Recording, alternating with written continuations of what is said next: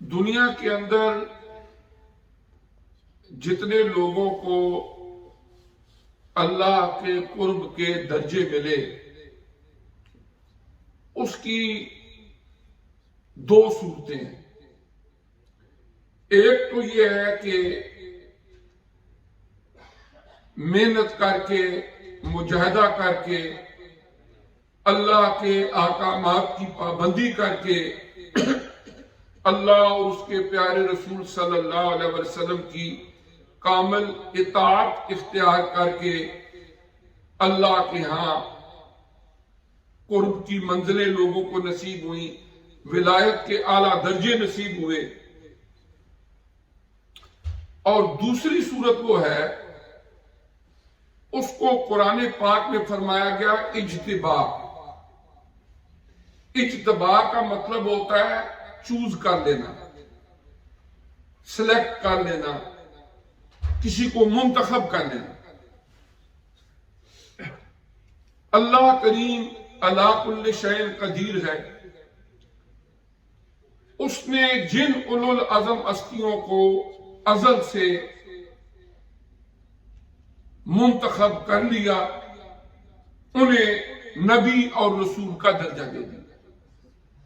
اللہ تعالی کے آخری نبی آقا نامدار حضرت محمد مصطفیٰ صلی اللہ علیہ وسلم تا قیام قیامت آپ کے بعد کوئی اور نبی نہیں آئے گا۔ اگر کوئی دعویٰ کرے گا تو وہ جھوٹا دعویٰ ہوگا اور فریبی ہوگا، دجال ہوگا۔ لیکن حضرت آدم علیہ السلام سے لے کر نبی کریم علیہ السلام تک کسی ایک نبی کی نبوت بھی عبادتوں، ریاضتوں، شب بیداریوں، تہجد گزاریوں، حقوق اللہ، حقوق العباد کے اوپر کاربند رہنے کی وجہ سے نہیں،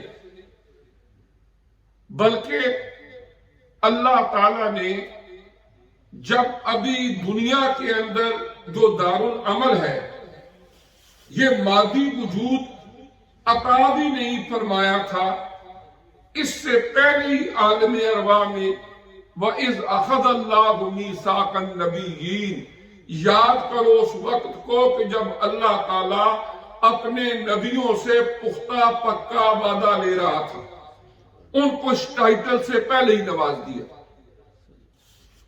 اب کیا ہے کہ یہ نبوت عطائی ہے، اللہ تعالیٰ کی طرف سے عطا کی گئی ہے، اور جن جن ہستیوں کو اللہ تعالیٰ نے منتخب کرنا تھا انہیں منتخب کر کے یہ اولو العزم مرتبہ انہیں دے دیا گیا۔ اب اس کے بعد انبیاء کرام کے بعد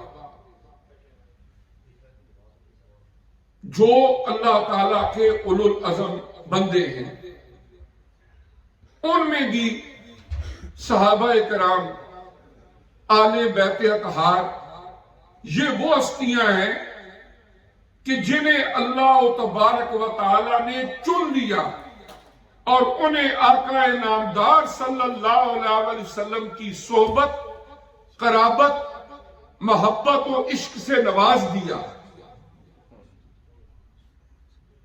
اس کی آپ سمپل سی مثال دیکھیں، ایک موقع پر ایک غزوہ بالکل تیار تھا روانگی کے لیے، ایک صحابی اسی وقت انہوں نے اسلام قبول کیا اور ان کی بالکل نئی نئی شادی بھی ہوئی تھی، اسلام قبول کیا، ادھر سے اعلان جہاد ہوا، وہ چلے گئے، جب میدان جہاد میں گئے تو وہاں کافروں کے ساتھ لڑتے ہوئے شہادت کا مرتبہ پا گئے۔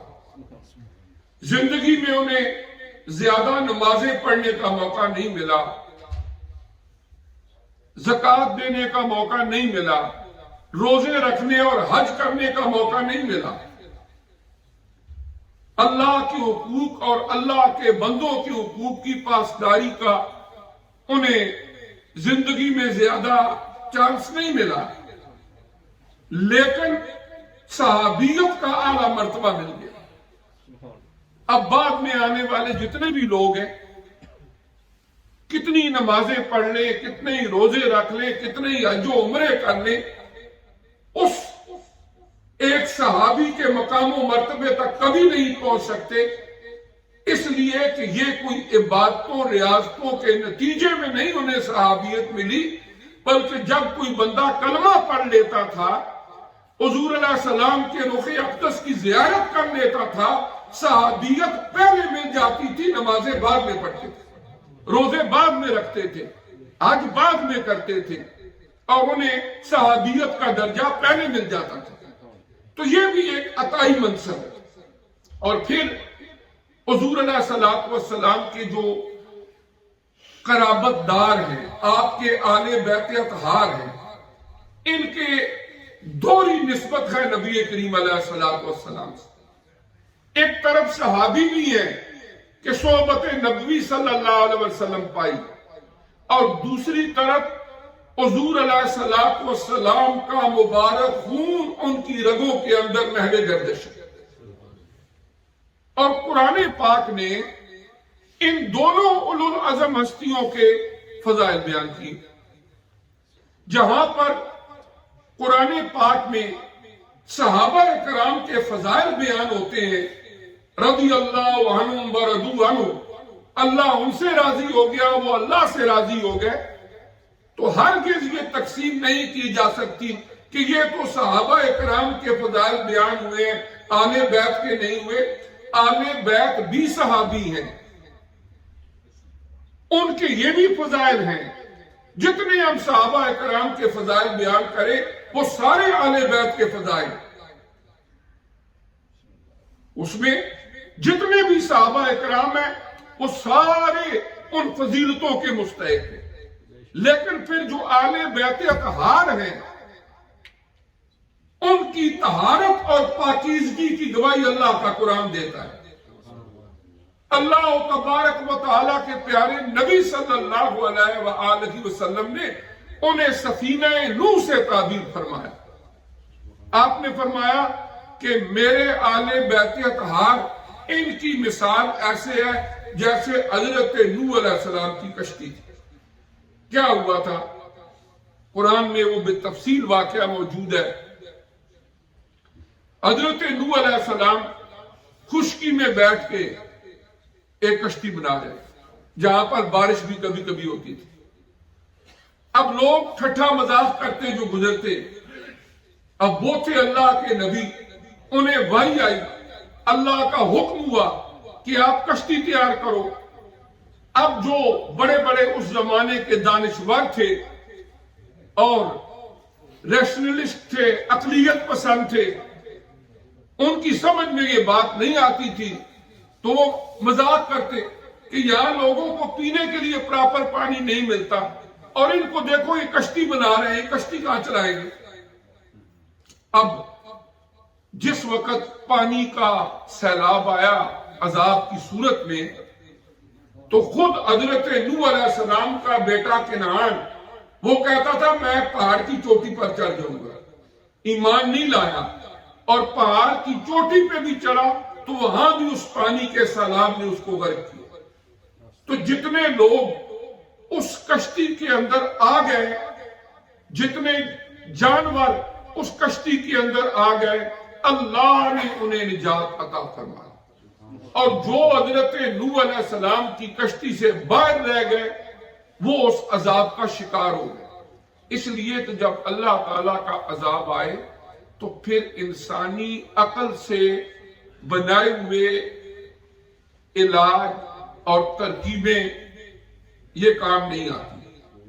بے شمار مثالیں اس کی موجود ہیں، اور قرآن پاک کے اندر 5 وہ قومیں ہیں کہ من خیس القوم اللہ نے جن پر عذاب نازل فرمایا۔ کچھ تو انفرادی طور پر،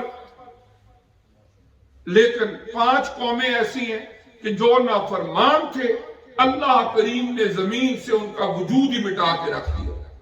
حضرت نوح علیہ السلام کی قوم، قوم عاد، قوم سمود،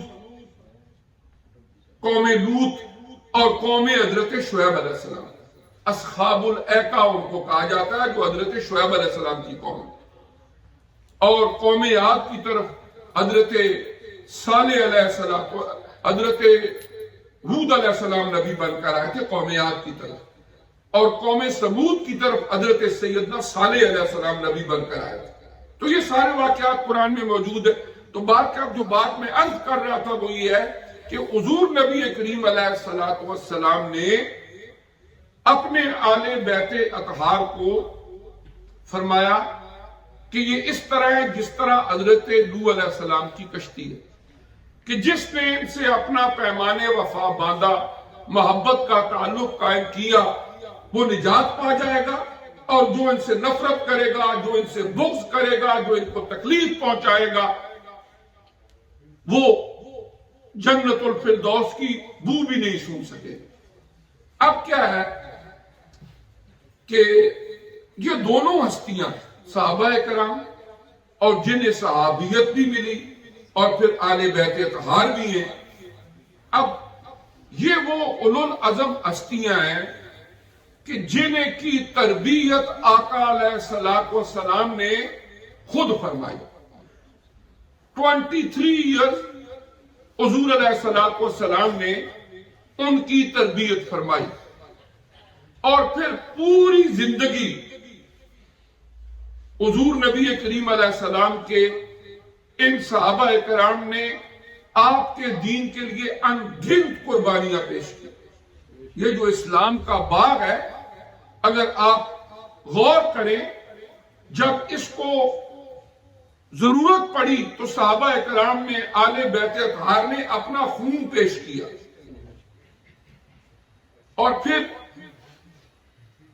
قرآن پاک بھی یہی بات ارشاد فرماتا ہے کہ ان ہستیوں کے دلوں میں ایک دوسرے کے لیے الفت اور محبت کے جذبے اللہ نے پیدا کیے۔